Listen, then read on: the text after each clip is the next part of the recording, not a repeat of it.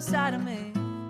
In a world I don't wanna say, just the same damn thing. What's your height, what's your age, what's the price of your way? And every year Hi everyone, welcome back to my channel and welcome to my Throne of Glass reading vlog part 2. This video is the next 3 books and I'm actually starting with the Assassin's Blade right now because I'm reading it in the order where you read the Assassin's Blade third, simply because that's what Sarah J Maas has on her website. That's the only reason I'm reading it in this order. Also, I know I took too long of a break between reading the books because when I picked this one up, I fully forgot that it's technically a prequel and not like a true novella, because I was thinking about how the second book ended and I was like, oh, so like we're just gonna jump from there. No. I forgot that this is technically a prequel, so we're going into Selena's past. Oh, also, if you haven't read these books, stop watching because I'm gonna spoil absolutely everything because this reading vlog is gonna have spoilers, like full spoilers. So if you haven't read the series, goodbye. I'll see you in the next one. Anyways, what I was saying, I was so confused when I opened this first chapter because even on the front it says novella. And then when you open it, it says the Throne of Glass novellas like underneath it. And I am so curious on how these books were divided and when people read them before they were put into one book, because I'm pretty sure they were all different books before they were put into this one Assassin's Blade novel. So right now I am on chapter 4. I am still on this section that is the assassin and the pirate lord. So other than fully forgetting that this book is a prequel, I don't really have any other thoughts as of right now. And also, I know I'm only on chapter 4. Like, I've got a lot of the way to go, but only reading the first 3 chapters has made me realize why some people might skip the novella, because I've heard a lot of people say that they never read Assassin's Blade, and I feel like that's mostly people that have read the series a long time ago, which makes me wonder if they haven't read it because when they read Throne of Glass, Assassin's Blade was not a book yet. Guys, this is all hypothetical. Like, literally none of what I'm saying right now I have looked up facts on, other than the fact that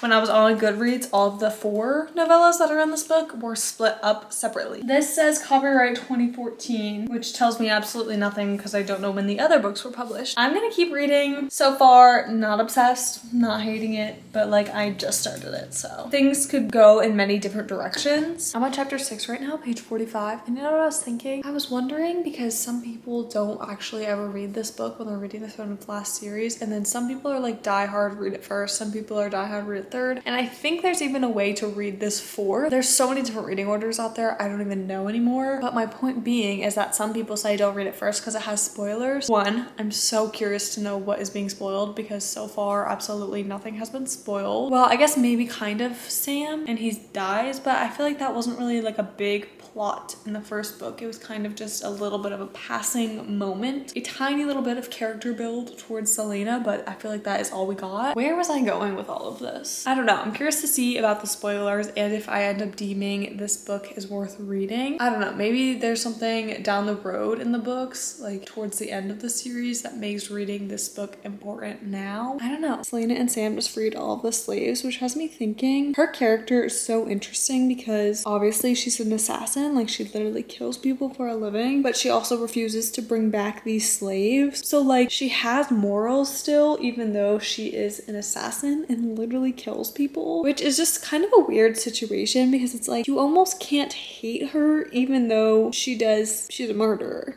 You know, I really wish I read this book closer to when I read the first 2 books because I can't remember what happened to Sam. Like, I know he died, but I can't remember how he died. I feel like we learned that in the first 2 books. I just can't remember at all. And I say that because I'm at the part where Selena is with the pirates and she takes off her mask to kind of distract them because he doesn't know what she looks like so that Sam can run and like finish the other part of their plan. And I'm like, does Sam not making it alive at this point? But also, it doesn't seem like Sam and Selena at this point have any type of love interest with each other. It's the next day. I've been reading for a little bit and I started the second novella in this book. So I'm now on chapter 6, page 112. And right now I'm liking this novella a lot more than the first one. I don't really know why. The first one was just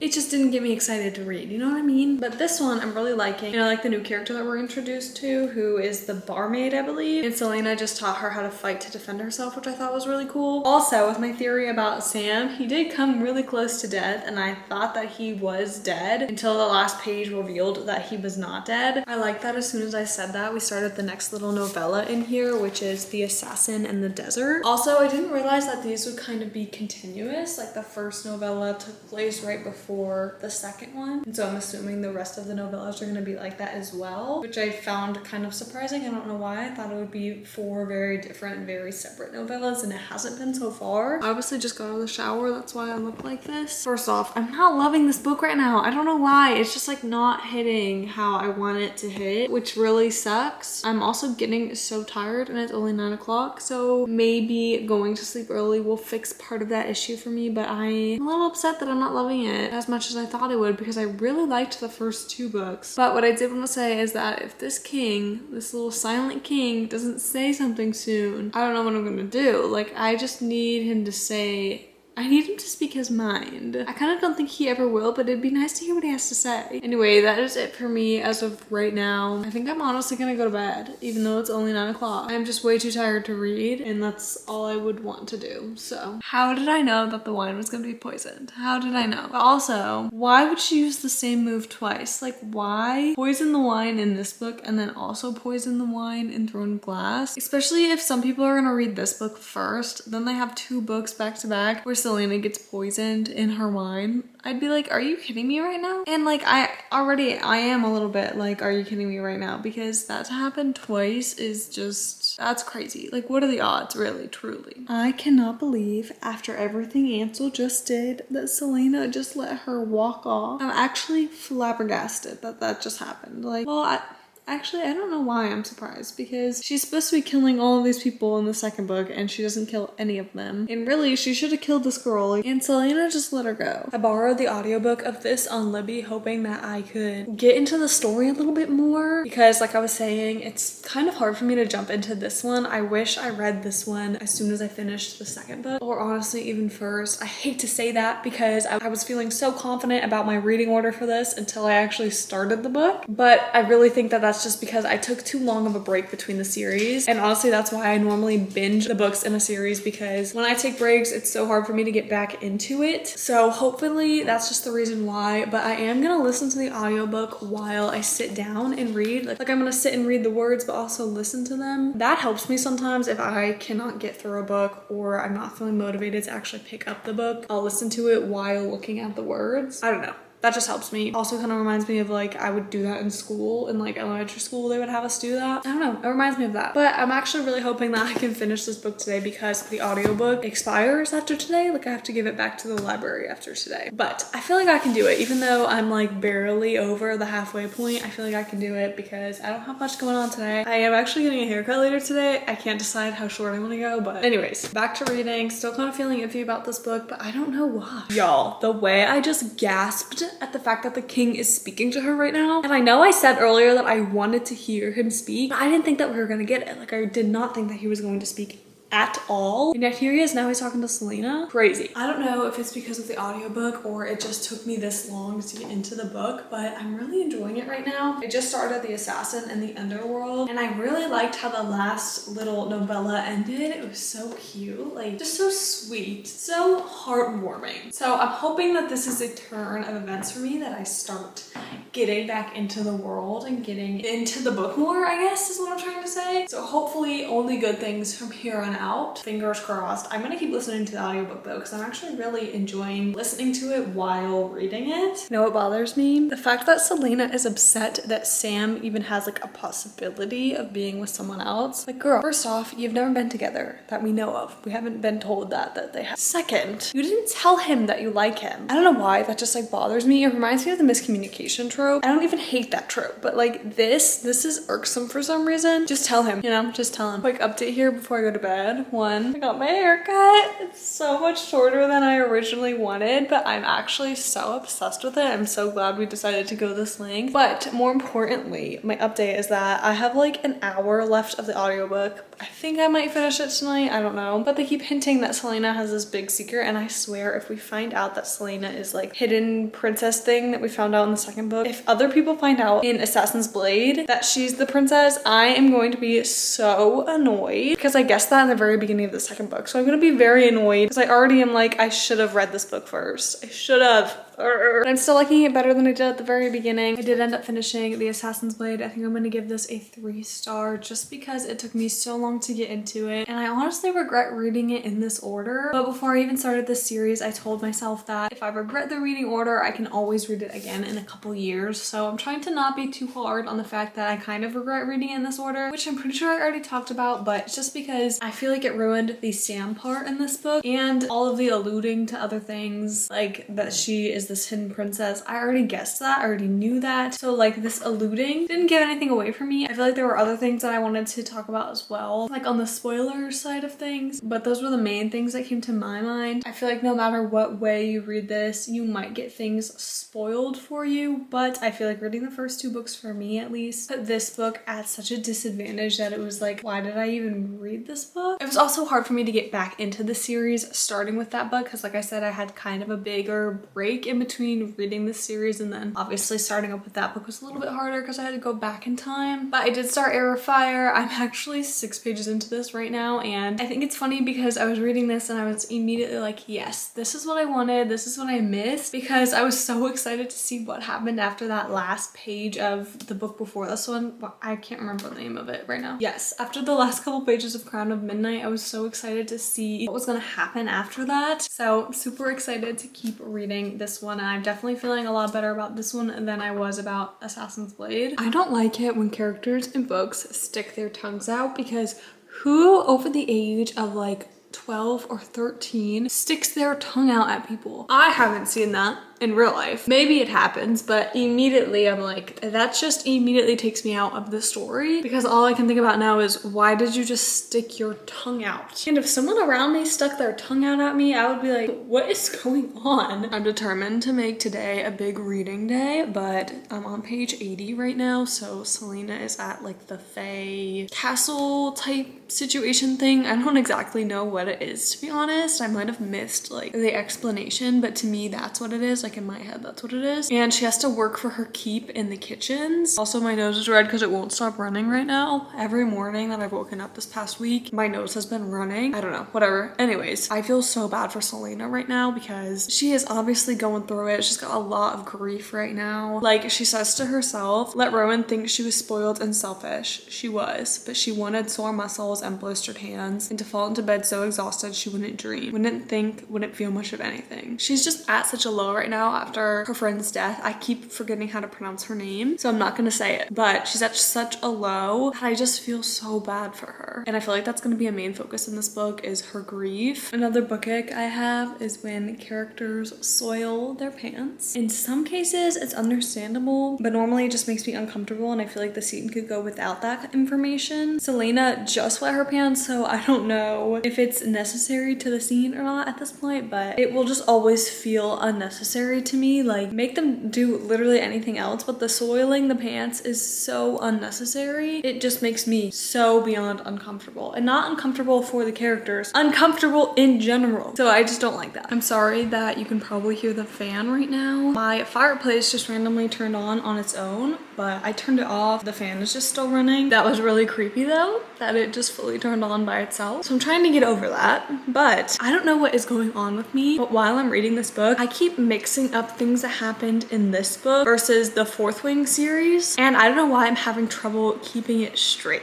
You know what I just realized? I think it might be because Selena is training with the Fae right now. I also keep forgetting everyone's names right now. I don't know why, but every new character we're introduced to, their name is not sticking in my brain. But but maybe that's why I'm mixing things up with Fourth Wing, because they train a lot in Fourth Wing. I don't know how to pronounce it, but I'm really not loving the chapters we get with Manon and the Wyvern, but I'm sure once we'll figure out like really what's going on and like what their plan is and the importance behind all of this, then I'm sure it'll get more action packed and I'll like it more. Just right now I'm just kind of like, every time it comes on I like want to skip it. I don't, but I kind of want to. I'm gonna make a prediction right now. I look crazy, but this prediction could be very wrong. But I think Aiden is Selena's brother, not his cousin, because he said just now that his mom refused to tell him who his father was. And a couple pages ago, Selena said she felt a tie to Aiden, like the same tie that she felt with her family. So that's my prediction as of right now.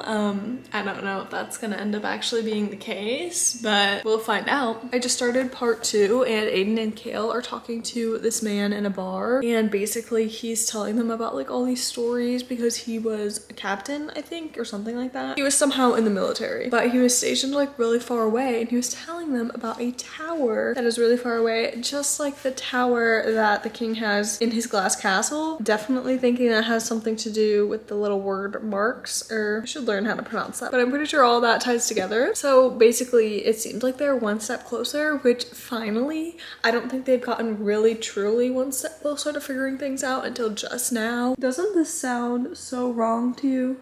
Wyvern. That sounds so wrong to me, but that's how Google says it's pronounced. But what I was going to say is that this whole time I thought that Manon and okay, yeah, thank you so much. This whole time I thought that Manon and the Wyvern, I thought that they were on Selena's side, but it turns out they're on the king's side. I must have missed the part where this was explained because I have been lost this whole time, unless we weren't supposed to know until just now. But basically Manon was going to get the spider silk, and she was explaining to the spiders that she is part of the king of Adarlan's army, and then once they're done fighting for him, they get to go back home and like reclaim their kingdom. I had no idea. Also, Manon stealing the spider silk, that is actually so crazy. I'm waiting for that to come back and bite her in the bum, because that is craziness. And every year we're expected to show all the things that we were able to grow. When you're making half the money, but the cost is double. Quiet life of desperation, but it ain't gonna make me too much longer. Been working too hard for this shit to not pop, so we about to get it poppin' now. Quiet life of desperation, so I'ma have to live a little louder. And no, I ain't gonna end up like the man trying to figure out the man who got it figured out. I just bought me a new condo. I've pretty much been reading all day and I'm now on page 402, but I don't know what it is. I just keep getting confused on who is on whose side. Like these mystical creatures that they've discovered that Selena also ran into in the dungeon of the glass castle, or the library part of the glass castle. I don't know whose side they're on. It's already been told to us, but I'm like, who is who? Whose side is who at this point? I don't know why I'm getting confused, but I am, and I think it might be just because like Selena has lived all over the place and like now she's working for the king, but she's not really working for the king. So I'm just confused. I'm about to start chapter 52, which is on page 436. So I have this much left, which I'm pretty sure I'm getting to the part of the book where it's about to go crazy, because I swear the last part of all of her books just always goes crazy. And right now they're getting invaded by like the bad guys. So I already know this battle scene is gonna be rough, but rough in a good way. So I'm ready to hopefully just devour this book in one sitting, because I really want to finish this book before I hang out with my friends tonight, because I swear every morning for the past 3 days I've been like, I'm gonna finish this book, and I haven't. So I really want to. The ending so far has not gone as hard as I thought it would, as in like, it's not as crazy as I thought it would be. It was obviously the battle and all of that, but I felt like the main focus was actually on Selena's story, and like specifically the day that her parents had died, which I actually really liked that because we didn't really get a lot of details into that night before just now. So I actually kind of appreciate the fact that this book didn't kind of go crazy towards the end, also because I expect it to do that, you know what I mean? Like, I don't want that to always be the pattern in my books, is that it's like kind of subdued and then goes crazy at the end. But this is how much I have left of it. I'm getting a nice little rainstorm right now. I don't think you can hear it, but I'm gonna just finish the rest of this book and listen to the rain. My heart just broke for Dorian. I thought he had found true love, but Obviously he didn't, and I'm devastated. I was really rooting for the two of them together. I just finished Heir of Fire. I want to say the last 5 or so chapters of this entire book were my favorite, and I refuse to believe that Dorian's dad would do that to him, would make him a monster. So I'm very excited to see what happens with that in the next book, because I just refuse to believe it. Like, that's just crazy. But I'm gonna give my full review of this later because I want to think on it a little bit more. I just started Queen of Shadows. I'm only on page 10, but I find it interesting that they are starting to refer to Selena as Aelin. In the last book we knew that she was Aelin, but they kept calling her Selena, which I don't know, kind of made sense in my brain. But now they've switched to calling her Aelin. Or Aelin. It's me literally 1 second later. I'm shocked that Kale is Arabin's client because she was literally just looking for him. When you're making half the money, but the cost is double. Quiet life of desperation, but it ain't gonna make me too much longer. Been working too hard for this shit to not pop, so we about to get it poppin' now. Quiet life of desperation, so I'ma have to live a little louder. I have a couple notes here because I've been reading for a while. I'm on chapter 13, page 110, and I feel like there's a pretty big shift between this book and Heir of Fire. So I feel like there's a pretty big shift in things. So it makes me understand why so many people read Assassin's Blade before they read this book. Plus, a lot of the things that they talk about in this book happen in Assassin's Blade. So it's kind of like a good almost refresh to read Assassin's Blade before this one. With that being said, I think that reading order also makes more sense, which makes me understand why most people either read Assassin's Blade first or they read it right before Queen of Shadows. Now, with that being said, Miss Sarah J. Maas, what were you thinking by saying Assassin's Blade should be read before Heir of Fire? Or that her preferred reading order? She never said that it should be that way, just like that's the way that she prefers. But I am like, I don't see why it should be read in that order at all. No offense to her. But also, I am dying to know what happens with this Dorian plot, because no way are they going to kill off Dorian, but how are they going to manage to separate Dorian from this monster inside of him? Even though right now Dorian is still fighting the monster, so he's still there. So maybe that'll keep happening. I don't know, but Dorian has quickly become one of my favorites. There's just something about him that I love, even though I don't exactly know what it is. So I'm hoping that they figure out a way to save him, and I feel like they will. I just don't know what they're gonna do. Also, even though I'm only 100 pages into it, I'm really liking this one right now. Like, I'm liking it a lot more than Heir of Fire. I don't know if I was like almost in a book slump or what was going on when I was reading Heir of Fire, but the whole first half of the book I was like dragging my feet, not really wanting to read it. This one I'm not having that feeling at all, which is so amazing. I have been so into this book that I haven't updated in a while. I'm now on page 212, so I'm a good ways into it, and we've already gotten such a good amount of action in this book. I feel like the last book was a lot of like world building almost, and like setting up the scene, which hopefully the rest of the series is not like that, because that book felt like majority of it was just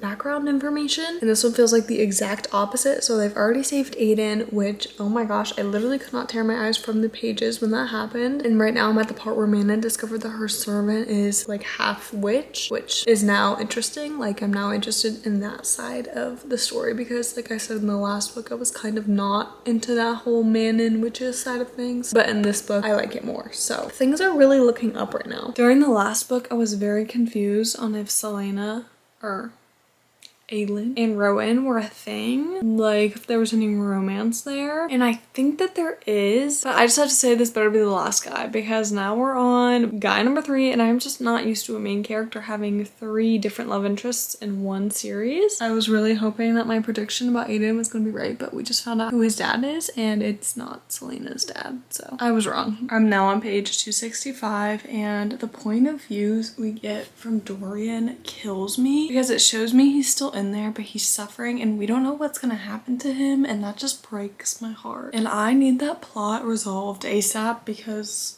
this whole time I'm like, what is gonna happen? Every time we get those chapter point of views of Dorian, I'm like, I have no idea what's gonna go down in this situation. You're actually joking. I knew that something bad was going to happen, because I felt like we were about at that time where something bad needed to happen. Oh, hi.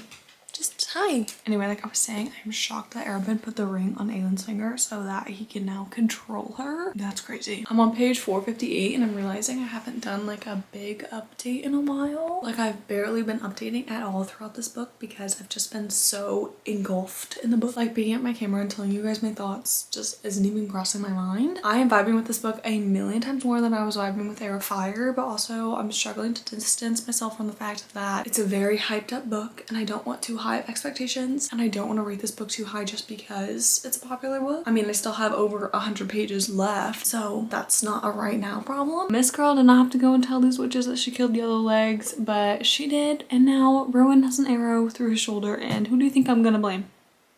I'm now in chapter 67 and I think I gasped 3 or 4 times in the last like 100-ish pages. This is getting crazy. A couple random notes. One, it came as no shock to me that the king knew that Selena was Aelin, but also did Kale just die or am I confused? It doesn't feel like he did, but like I don't know. Laying on the floor for no good reason, but I'm on page 556 and I feel like I should have seen this coming, that they were going to use the ring to dispel the demon from Dorian, but in my head they were just going to use the ring to protect themselves from like getting collared while they were there. But that is so smart. Look how much I have left. I think we can finish this tonight.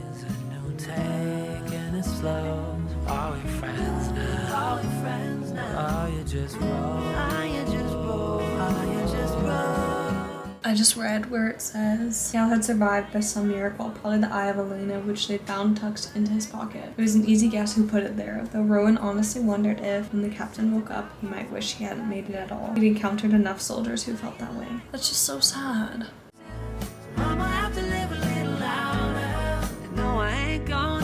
I'm sorry. I don't know if this is supposed to be funny, but with Sandra, I don't know how to say that. She just threw up all over Lorca like 3 times, and I just think it's funny because he just stood there. Just let her throw up on him.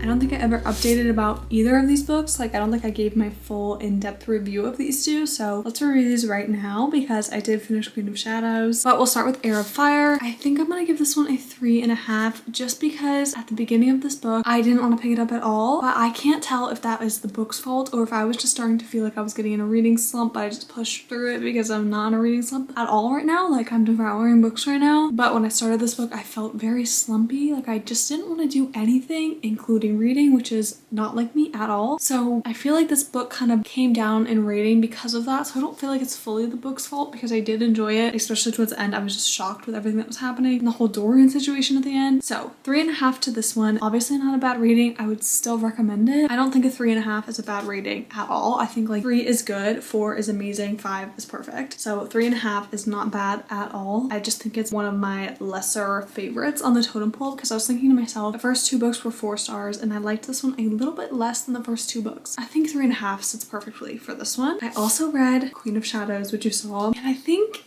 this one has a 4.5. I'm gonna think on it a little bit more because it might be a 5-star. I am just so like cautious about giving books 5 stars because to me 5 stars means it's perfect, and like the only thing that is keeping this book from being perfect was honestly Selena / Aelin. She got a little bit annoying at times, and the romance in here I just was a little bit upset and disappointed because I wanted her with Kale. But then also at the same time I was like, oh, her and Rowan are so cute. Like I just feel very conflicted about the whole romance situation in this book. So as of right now it is a 4.5, but it has the potential to change. Like if this book sticks with me, it will then become a 5-star read. You know what I mean? Like if I think about this book in the next couple of days, it's gonna be a 5-star. But if I put it down and forget about it, not a 5-star. I hope you all enjoyed my part 2 of the Throne of Glass reading vlog. Hopefully you'll join me for the next part as well. I'm gonna read the next 2 books in the next video, and I'm gonna do the tandem read. If you made it this far into the video, comment this emoji. Thank you all so much for watching. Don't forget to comment, like, and subscribe, and I will see you in the next one.